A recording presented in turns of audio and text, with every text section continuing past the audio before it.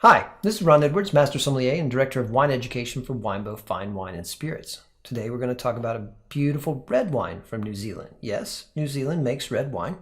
We're on the North Island in the region of Hawke's Bay, which is actually really well known for red wine.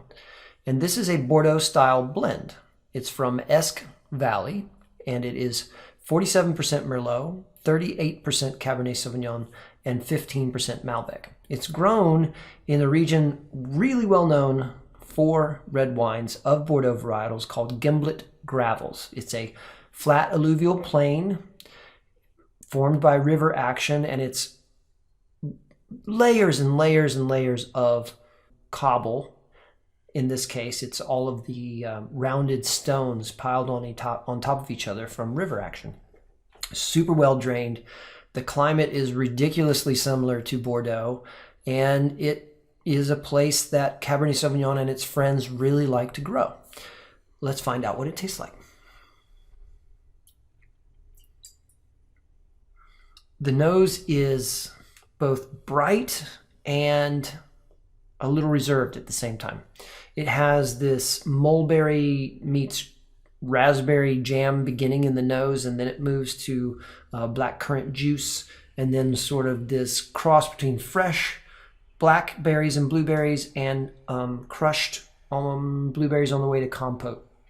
There's a little bit of baking spice from the oak barrel usage, but I would not say this wine has a lot of oak signature at first in the nose. It smells satiny, if you can imagine something smelling satiny.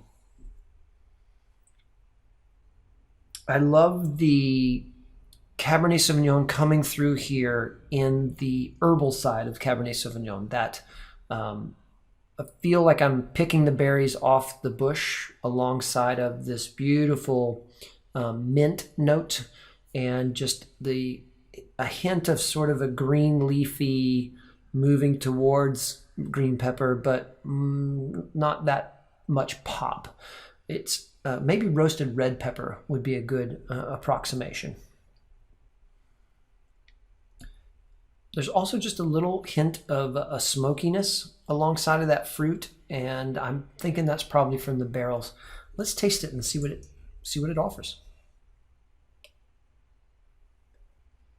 It's juicy, but it's powerful at the same time. It's a little bigger texturally than I expected from the nose. The nose is smelling quite elegant and almost refreshing, but the body of the wine is verging on full, and there's a lot of substance to it when you put it on the palate. It carries the fruit profile that I mentioned earlier, although I would say on the palate it's a smidge riper than it was on the nose. The blackberry and blueberry are into that crushed level, moving towards like maybe you're starting to make compote or something like that. That mulberry raspberry thing is definitely there, but it's taking it's less prominent in the palate. It's kind of subordinate to the richness of the other fruits. The black currant juice is there. That herbal side to the wine is not prominent in the first sip. We'll see how it goes in the second sip. But it's very Bordeaux blend feeling. If I had to approximate it to something, it really feels like wines from the Margaux region texturally.